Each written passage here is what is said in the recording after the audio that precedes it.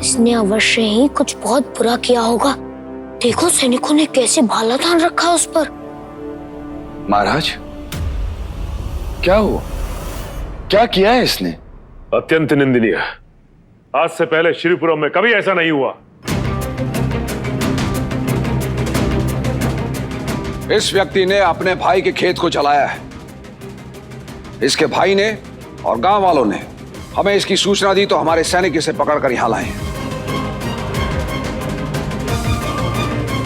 इस संदर्भ में तुम कुछ कहना चाहते हो या अपनी रक्षा में कोई स्पष्टीकरण देना चाहते हो?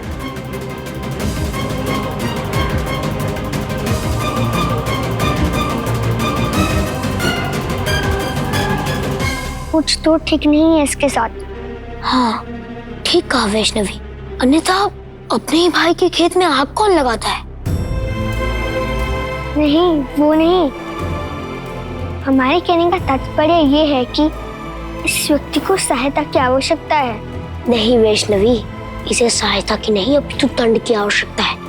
इसने अपराध किया है तो दंड तो मिलेगा ही, तब ये सीख लेगा। इसके पश्चात कभी भी ऐसा कोई कार्य नहीं करेगा। इससे दंड मिलेगा और नहीं तो क्या।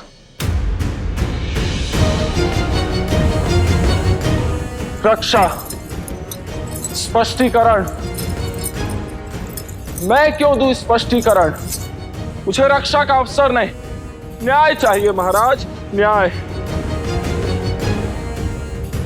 मेरे साथ जो अनुचित हुआ है उसके लिए मैं श्रीपुरम के महाराज से न्याय चाहता हूं। आप महान हैं, आपका राज्य सुखी संपन्न है और मैं इसी सुखी राज्य का नागरिक हूं। मुझे न्याय चाहिए महाराज। पहेलियां मत बुझाओ, स्पष्ट बताओ क्या कहना चाहते हो। मृत्यु के समय हमारे पिताजी ने अपने खेत को हम दोनों भाइयों में बांट दिया, किंतु वर्षों बाद मैंने पाया कि पिताजी ने मेरे भाई को उपजाऊ खेत दिया जो सदैव सदैव फसलों से हरा भरा रहता, और मुझे खेत के नाम पर बंजर भूमि। मैंने हर संभव प्रयास किया उसे उपजाऊ बनाने के लिए, किंतु सब व्यर्थ। कभी अच्छी उपज होती ही नहीं। अब मुझे अपने भाई का आधा खेत चाहिए, अन्यथा मैं उसके खेतों को नष्ट करता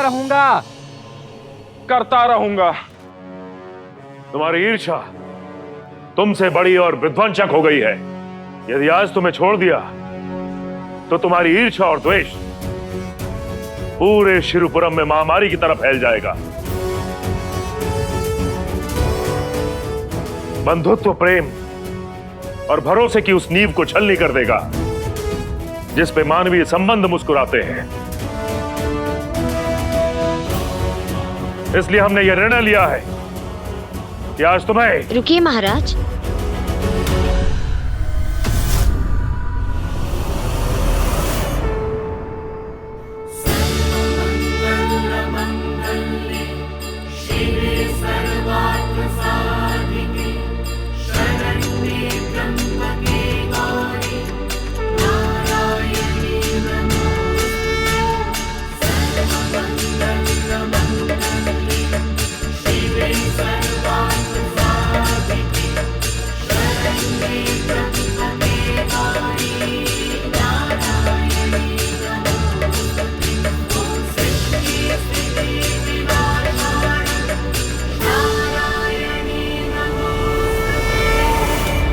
कौन हैं आप तीनों?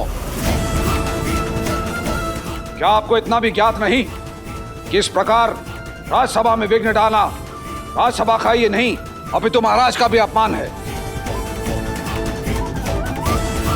और यह सभा ऐसी किसी भी धृष्टता को दंडनीय अपराध मानती है। हम तो मात्र सुझाव ही देते हैं। कर्म तो सबके अपने अपने हाथों में होता है, इसलिए कभी हम दर्शक होते हैं तो कभी मार्गदर्शक।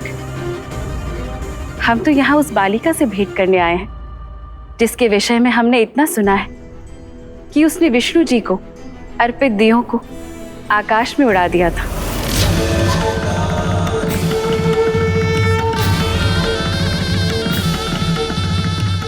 यदि आपको राजकुमारी से ही भेंट करनी थी तो आप तीनों ने इस राजसभा में व्यवधान क्यों डाला?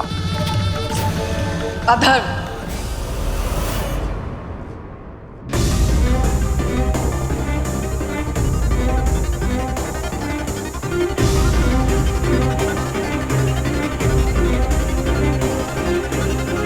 आप तीनों बिना आमंत्रण के सभा में आई हैं। हम आपका अनादर नहीं करना चाहते, किंतु महाराज के बारे में कोई अपशब्द कहे ये हम सहन नहीं करेंगे।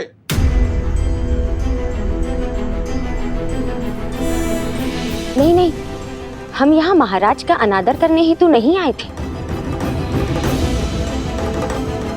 परमा का तात्पर्य था कि महाराज इस मनुष्य की पूरी बात जाने बिना ही उसे दंड देना चाहते थे।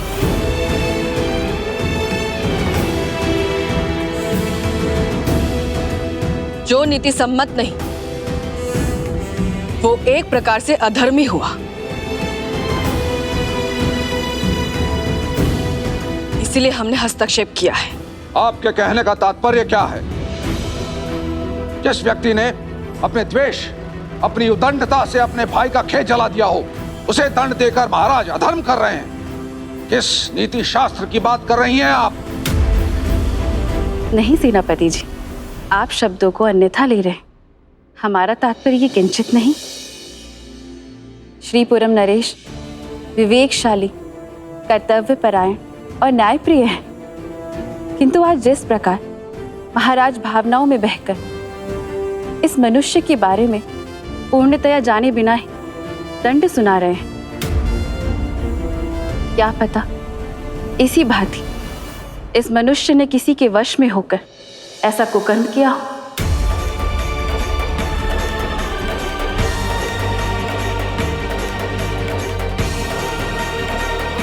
जिसके लिए इसे दंडित करना उचित नहीं। आपका महिपाल, रुकिए। आप स्पष्ट शब्दों में कहिए, क्या कहना चाहती हैं?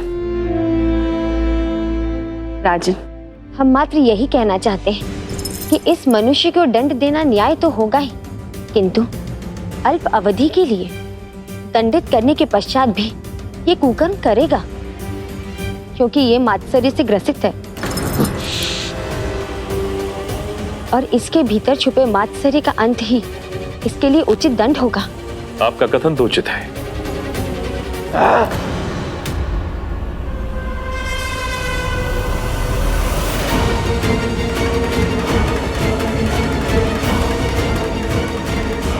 यदि ये मात्सर्य इसमें अब और रहा तो कोई उपद्रव मचा सकता है। आप कहे तो। नहीं, ये हमारा कार्य नहीं है, उसका है जिसमें हमारी आस्था है। देवी, हम आपका कथन समझ गए, परंतु इसने अपराध तो किया ही है और इसे दंड अवश्य मिलना चाहिए। कोई और समाधान है आपके विचार से इसका? हम तो एकमात्र दर्शक हैं, मार्गदर्शक हैं, किंतु उस दिशा में चरण तो आपको ही उठाने होंगे।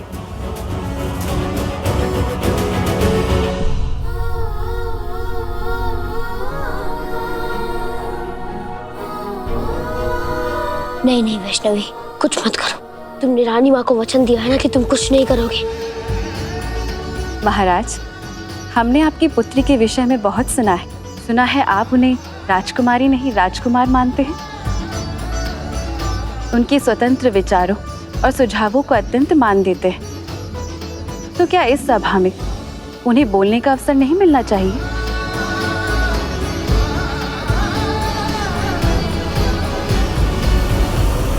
वैष्णवी, आगे आइए। आपने सही सुना है देवी, इस सभा में सभी को अपना विचार व्यक्त करने का अवसर मिलता है।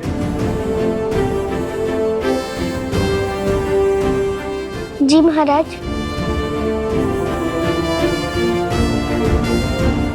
राजकुमारी, यदि आपको कुछ कहना है तो आपको अनुमति है। कहिए, क्या विचार हैं आपके?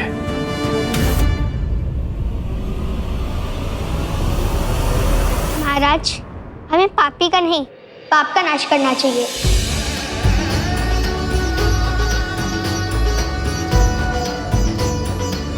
हमें लगता है कि आपको उस व्यक्ति को धन देना चाहिए जिसका खेत जला है, किंतु पुनः उस खेत में खेती होनी चाहिए और इस बार बीज बोने से लेकर कटाई तक खेती का सारा स्तंभ बंदी को करना चाहिए।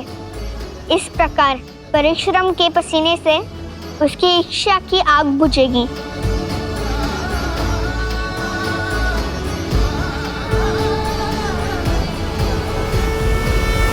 ये है वैष्णो देवी का न्याय, पापी का नहीं अपितु पाप का नाश। वैष्णो देवी का पाप नाशिनी स्वरूप और निखर के आने लगा है। त्रिदेवियों की शक्ति अब अपने जन्म के उद्देश्य के लिए अग्रसर हो रही है।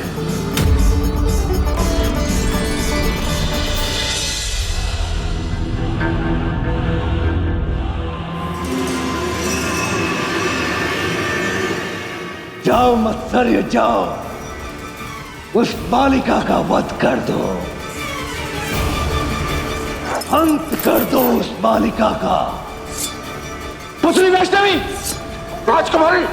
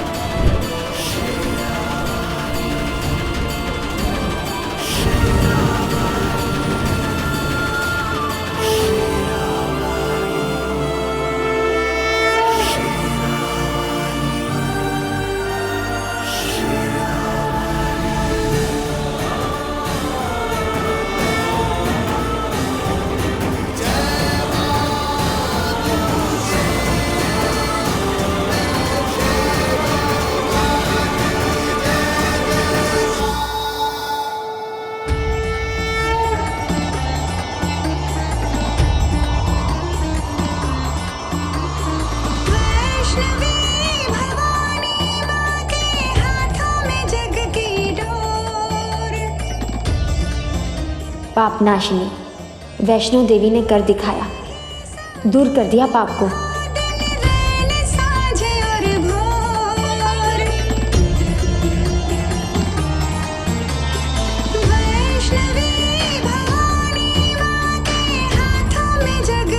इसके शरीर से हरा धुआं क्यों निकल रहा है?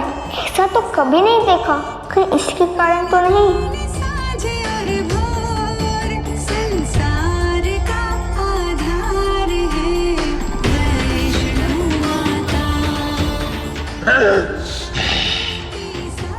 ये ऐसी ध्वनि क्यों कर रहा है? वैष्णवी! संसार का संचार है वैष्णो माता, संसार का निर्माण है वैष्णो माता। वैष्णवी, अब ठीक तो है ना?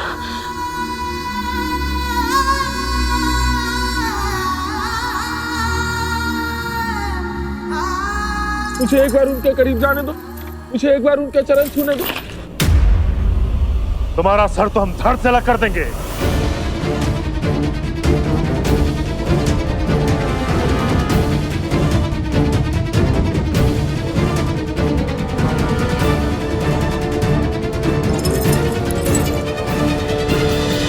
महादेव, वैष्णो देवी के स्पर्श मात्र से ही वो व्यक्ति मात्सर्य से मुक्त हो गया। मात्सर्य जैसे शक्तिशाली षड्रिपु को परास्त करना इतना सरल नहीं। वैष्णो देवी की कल्याणकारी शक्तियां कितनी प्रभावशाली हैं, उसका एक जीवंत उदाहरण आपके समक्ष है महादेव। और उनकी इस कल्याणकारी शक्ति का प्रभाव उस व्यक्ति पर भी है, इसलिए वो माता रानी के निकट आकर पुनः उस कृपा को अनुभव करना चाहता है। किंतु मात्सर्य भी तो मुक्त हो गया है नारायण। स्वच्छंद मात्सर्य नए संकट का द्योतक है।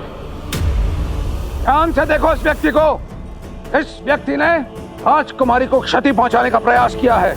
यदि किसी व्यक्ति के मन में राजकुमारी को क्षति पहुंचाने का विचार भी आया तो उसकी यही दुर्गति होगी। विलंब क्यों हो रहा है महिपाल? हमारी पुत्री पर आक्रमण करने वाले इस व्यक्ति की हर सांस हमारे हृदय पे कुठाराघात कर रही है।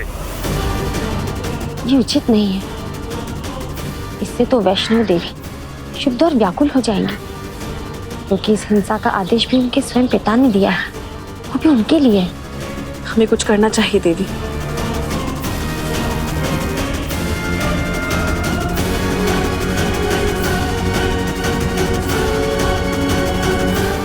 रुक जाइए नीलावती जी।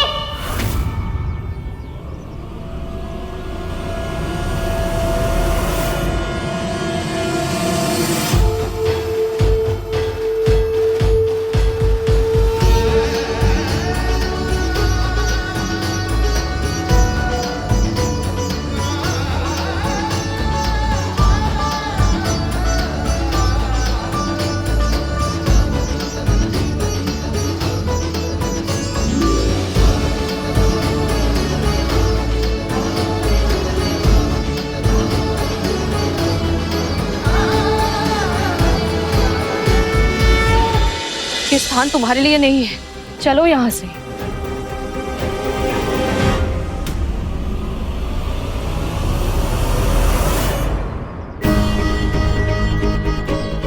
राजकुमारी वैष्णवी, इस कार्रवाई के मध्य आपको बोलने का कोई अधिकार नहीं। पिताश्री, उसे हमारे समीप आने दीजिए। उसकी अंतिम इच्छा मानकर। नहीं राजकुमारी, ये संभव नहीं है।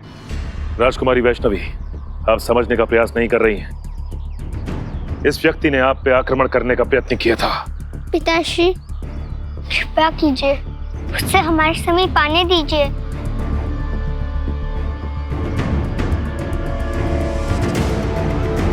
हम पर भरोसा कीजिए, सब मंगल होगा पिताश्री।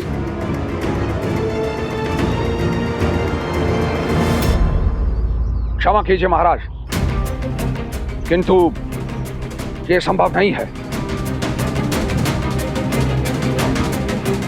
यदि उन्होंने कुछ अनुचित करने की चेष्टा की तो आपकी जो इच्छा होगी आप कीजिएगा सेनापति जी। किंतु उससे पूर्व एक बार हमारी बात मान लीजिए। हम विनती करते हैं सेनापति जी।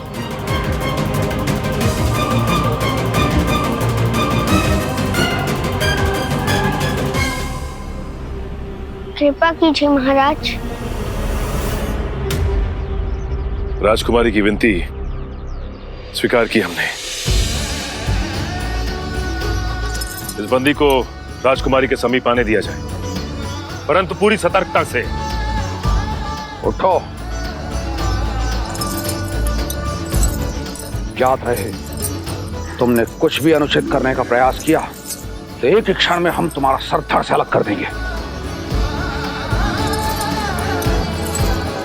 एक भक्त को माता रानी का बुलावा आया है, तो भला उसे कौन रोक सकता है? तूने मुझे बुलाया शर्मालिए, मैं आया शर्मालिए, मुझे बुलाया शर्मालिए, मैं आया शर्मालिए।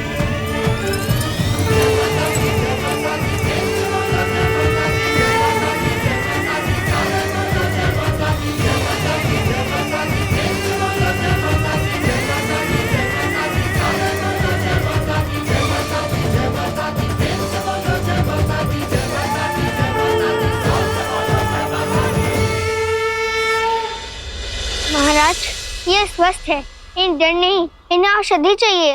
नहीं वैष्णवी, आप समझ नहीं रही हैं। ये क्रीड़ा स्थल नहीं है, आप जा सकती हैं। महारानी,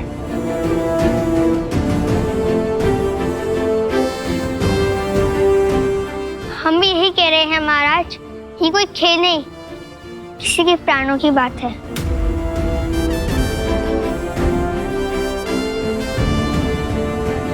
महाराज, आप ही ने हमें न्याय शास्त्र की शिक्षा दी है, उसमें आप ही ने पढ़ाया है। राजकुमारी की क्षमा, हम उसका उपयोग कर सकते हैं। उसके बाद तो महाराज को इन्हें मुक्त करना ही होगा।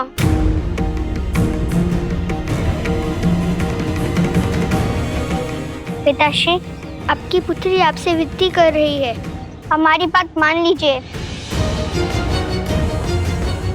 ये स्वस्थ हैं, ये निर्दोष हैं।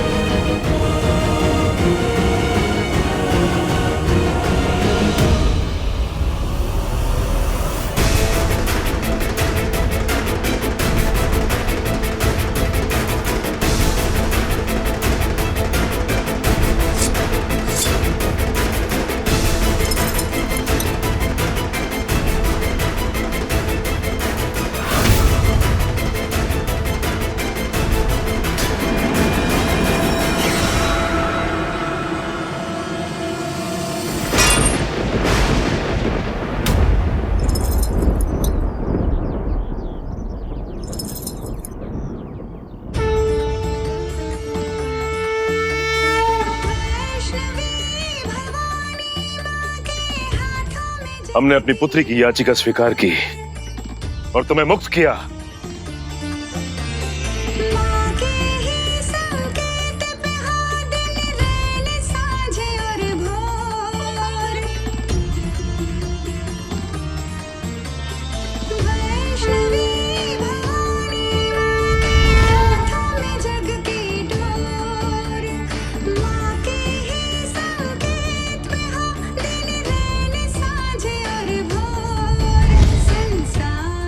आप सब लोग माया में फंसे हुए।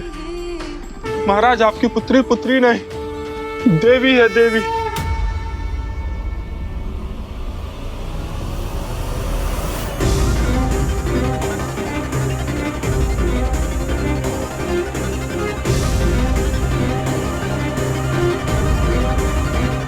पुत्री नहीं, जगत जननी, जगत जननी।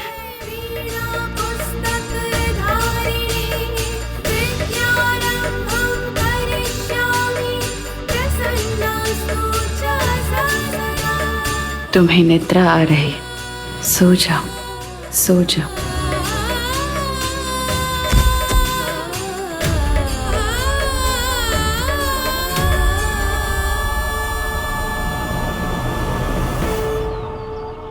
आप सत्य कह रही थी राजकुमारी वैष्णवी, इसे औषधि की आवश्यकता है,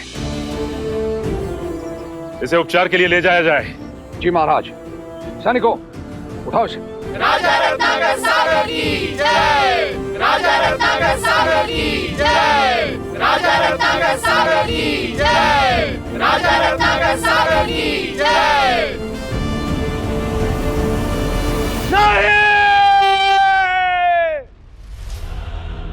नहीं मत्सर्य, तुम एक षड्रिपु हो। इतनी सरलता से पराजय कैसे स्वीकार कर सकते हो? हमारी आशाओं को इस प्रकार भस्म करने का तुम्हें कोई अधिकार नहीं। तुम एक तुच्छ बालिका से भयभीत होकर भाग आए। भयभीत नहीं हुआ हो असुरराज, किंतु क्या? निराश किया है तुमने मुझे मत्सर्य। इस दिन के लिए जागृत किया था मैंने तुम्हें। निराश न हो असुरराज, आपकी कामना अवश्य पूरी करूंगा। कब? बहुत कर ली प्रतीक्षा। शीघ्र, अति शीघ्र पूरी करूंगा। और मुझे ज्ञात है उस बालिका की दुर्बलता, लीला ग्रामवासियों से उसका प्रेम। तो जाओ, दिखा दो उन सबको कि क्या है मात्सर्य की शक्ति। वो कितने शीघ्रता से विनाश करता है। जाओ और विनाश कर दो उस बालिका का और उसके लीला ग्राम का। जाओ।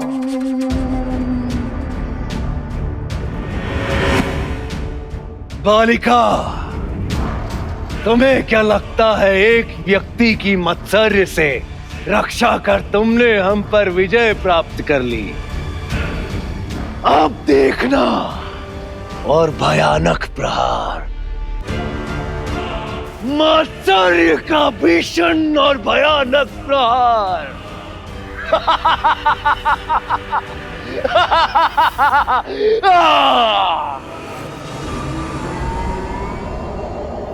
महाराज, आपके निर्देशानुसार उस व्यक्ति की चिकित्सा का प्रबंध हो चुका है। जब तक वो पूरी तरह स्वस्थ नहीं हो जाता, वो राजवैद्य के संरक्षण में ही रहेगा। राजकुमारी वैष्णवी, आज तो आपने हमें भयभीत ही कर दिया था। इसीलिए हम तुम्हें सभा में नहीं जाने देते। सदैव कोई ना कोई उधम मचाती हो। एक बात बताओ, ये झंझटें तुम्हें बुलाती हैं या तुम इन्हें बुलाती हो? हाँ, सदा किसी न किसी पचड़े में फंस जाती है ये।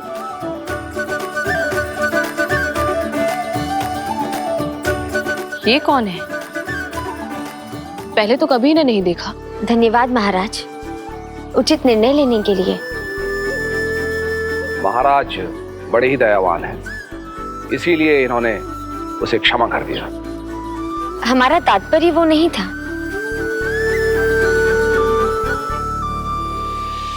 महाराज, आपका अपनी पुत्री की बात मानने का निर्णय बड़ा ही उचित और विवेकपूर्ण था। हाँ राजन, आज आपने वैष्णवी की बात सुनकर उचित किया, किंतु इसका ये अर्थ नहीं है कि सदैव ये कार्य करेगा। आपका तात्पर्य यही है ना? नहीं नहीं महारानी, हम तो कह रहे थे कि आपको सदैव अपनी पुत्री की बात सुननी चाहिए। वो साधारण बालिकाओं जैसी नहीं है। आशा है कि आप महाराज रत्नाकर सागर को ये बताने का प्रयास नहीं कर रही हैं कि इन्हें क्या करना चाहिए और क्या नहीं। महारानी, आप निश्चिंत रहे, हमारी ऐसी कोई मंशा नहीं। अपना मार्ग चुनने का और अपना निर्णय लेने का अधिकार सबको होता है, और महाराज रत्नाकर तो श्रीपुरम के नरेश हैं। हम एक राजा से नहीं, हम तो मात्र एक पिता रत्नाकर सागर से यही कह रहे थे कि उनकी पुत्री बाकी सभी बालिकाओं से भिन्न है, बड़ी ही विलक्षण है।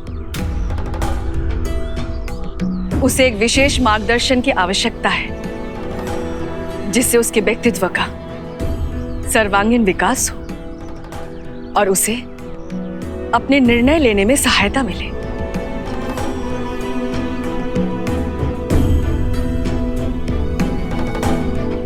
हमें पूर्ण विश्वास है महाराज की भी यही इच्छा होगी कि उनकी पुत्री अपनी नियति, अपने लक्ष्य के मार्ग में आगे बढ़े।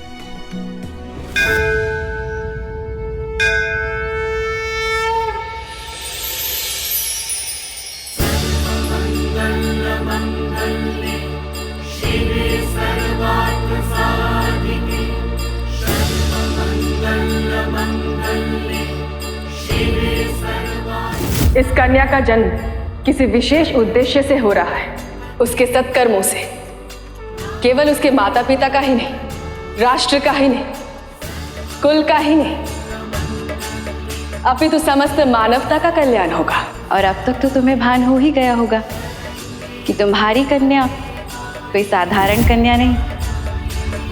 चलिए राजन। रुकिए। एक राजा के समक्ष अपने विचार व्यक्त करने के लिए साहस की आवश्यकता होती है, और विचार को कैसे रखा जाए जिससे किसी को आहत भी ना पहुंचे और उसका प्रभाव भी कम ना हो। इसके लिए बुद्धिमत्ता, युक्ति और व्यवहार कुशलता की आवश्यकता होती है, और ये सारे गुण हम अपनी पुत्री वैष्णवी में देखना चाहते हैं।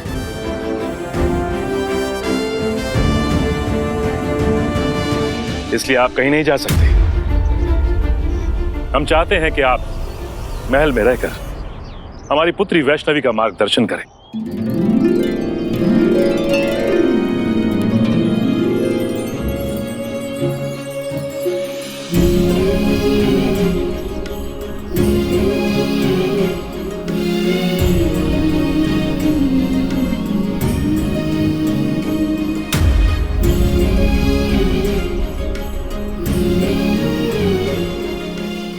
स्वागत है आपका हमारे महल में।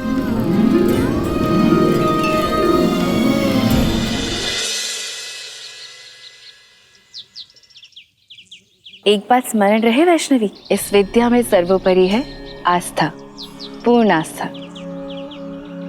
अब हम अपने अपने नेत्र बंद करेंगे।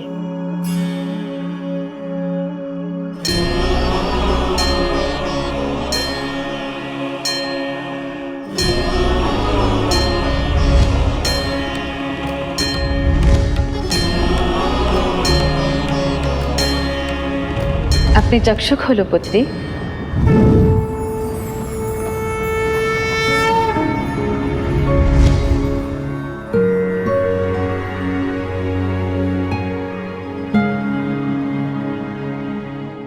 ये हम कहाँ आ गए? हम उस स्थान पर हैं पुत्री जहाँ ज्ञान ही एकमात्र शक्ति है। ये सच्चे, ये सपना।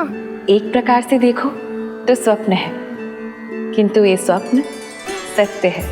नहीं समझे, कैसे? कहा था ना, आने वाले दिनों में अनेक अनुभव होंगे जिसका उत्तर तुम्हारे पास नहीं होगा। इसलिए पुत्री आस्था रखो, प्रश्न मत करो, अनुभव करो, एक दिन सब समझ में आ जाएगा।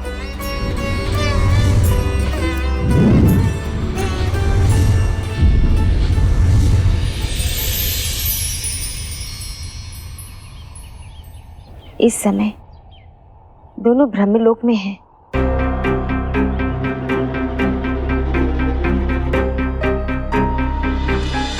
आज जो हम तुम्हें ज्ञान प्रदान कर रहे हैं वो शब्दों में नहीं अपितु संगीत में है। ये नाद नहीं निनाद है। इन्हीं 7 सुरों में समस्त ब्रह्म का ज्ञान है। तुम्हें पता है वो 7 सुर कौन कौन से हैं? सा, रे, ग, म, प, ध, नी। सा प्रतीक है अग्निदेव का। ऋषभ अर्थात रे, इसमें निहित है ब्रह्मदेव का ज्ञान। गांधार अर्थात ग है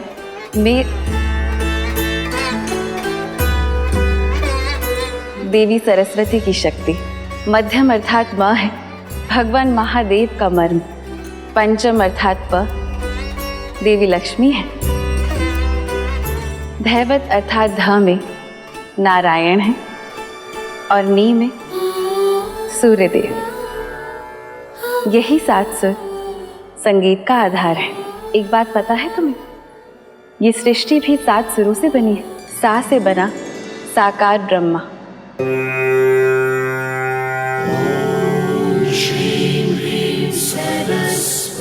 ब्रह्मा विष्णु और महेश प्रकट हुए।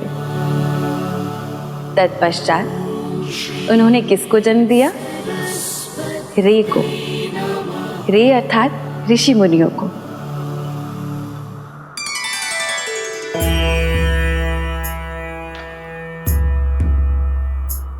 उसके पश्चात ग अर्थात गंधर्व, उनका सृजन हुआ।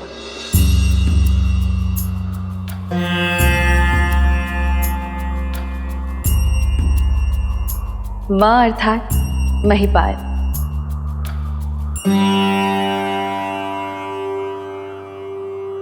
हमारे सेनापति महिपाल जी का? नहीं पुत्री, वे उतने वृद्ध नहीं। महिपाल देवराज इंद्र को कहते हैं, उनका सृजन। अब राजा है तो प्रजा भी तो चाहिए, तो प से हुई प्रजा।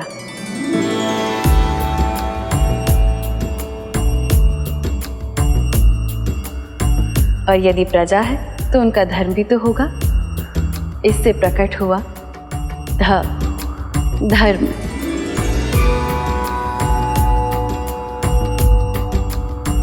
धर्म क्या है? धारिते इति धर्मः, अर्थात जिसे धारण किया जाए वही धर्म है।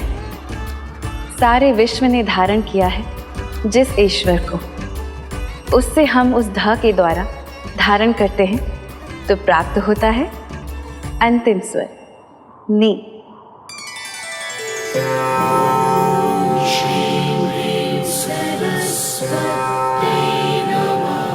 नी अर्थात निराकार ब्रह्म।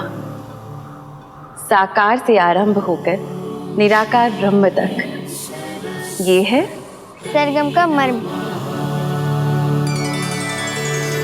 जिस देवी में संपूर्ण जगत है समाया, ये समस्त संगीत है उसी जग जननी मां वैष्णो देवी की माया।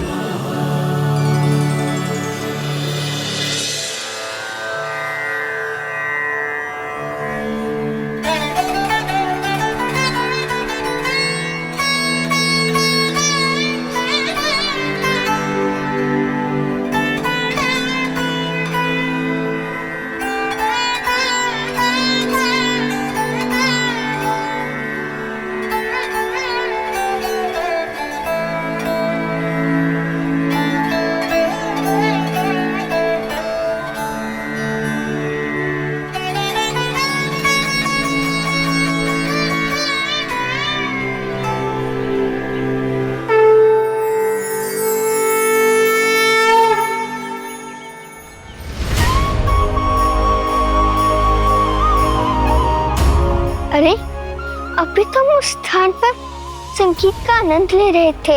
आपकी वीणा कहाँ गई? और कमल, हम यहाँ कब आए? धैर्य रखो पुत्री, हमने कहा ना, काल का चक्र तुम्हें तुम्हारे समस्त प्रश्नों के उत्तर देगा। प्रतीक्षा करो, प्रश्न नहीं अनुभव करो। आज का पाठ हम यहीं समाप्त करते हैं, किंतु पुत्री, जो हमने सिखाया है उसे ध्यान से स्मरण रखना। संगीत में जीवन है और जीवन ही संगीत है। ज्ञानोदय पुनः कक्षा कब होगी? तुम्हें शीघ्र ही ज्ञात हो जाएगा पुत्री, जब तुम्हें अनुभूति होगी कि समय आ गया है कक्षा का, तब हमारी कक्षा होगी। तब तक अपने जीवन के इस संगीत का आनंद उठाओ।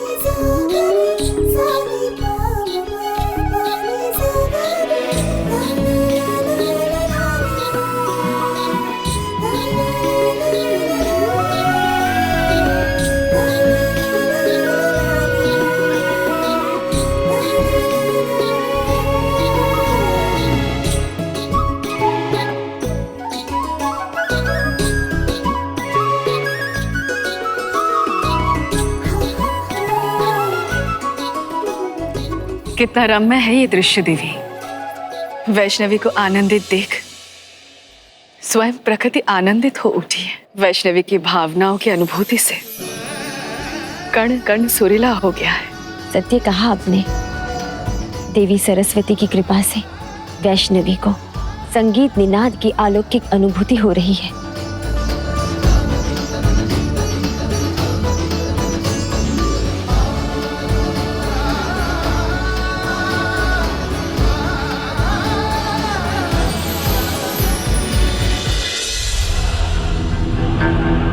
उत्तम, अति उत्तम। जब तक है इसका आनंद उठा लो, फिर हाहाकार मचेगा तो त्राहिमाम करोगे। भोले भाले गांव वाले।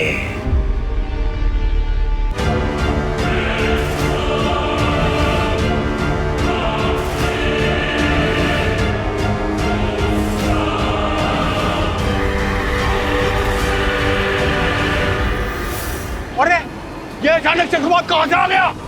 चलो चलो भीतर चलो, नहीं तो हम भी इसकी चपेट में आ जाएंगे।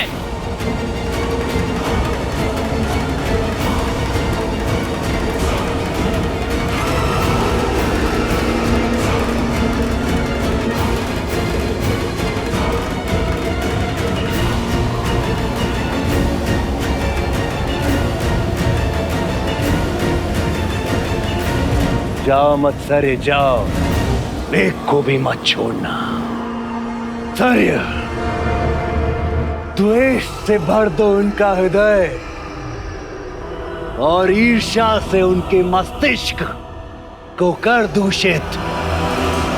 और शांति बढ़ेगी उनके जीवन में, तो आनंद आएगा मेरे जीवन में।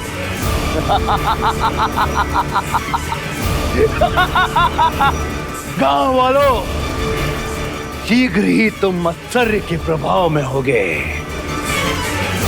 जब वो तुम्हारे मस्तिष्क में घर कर बैठेगा तो मैं आरंभ करूंगा ईर्ष्या का ये खेल।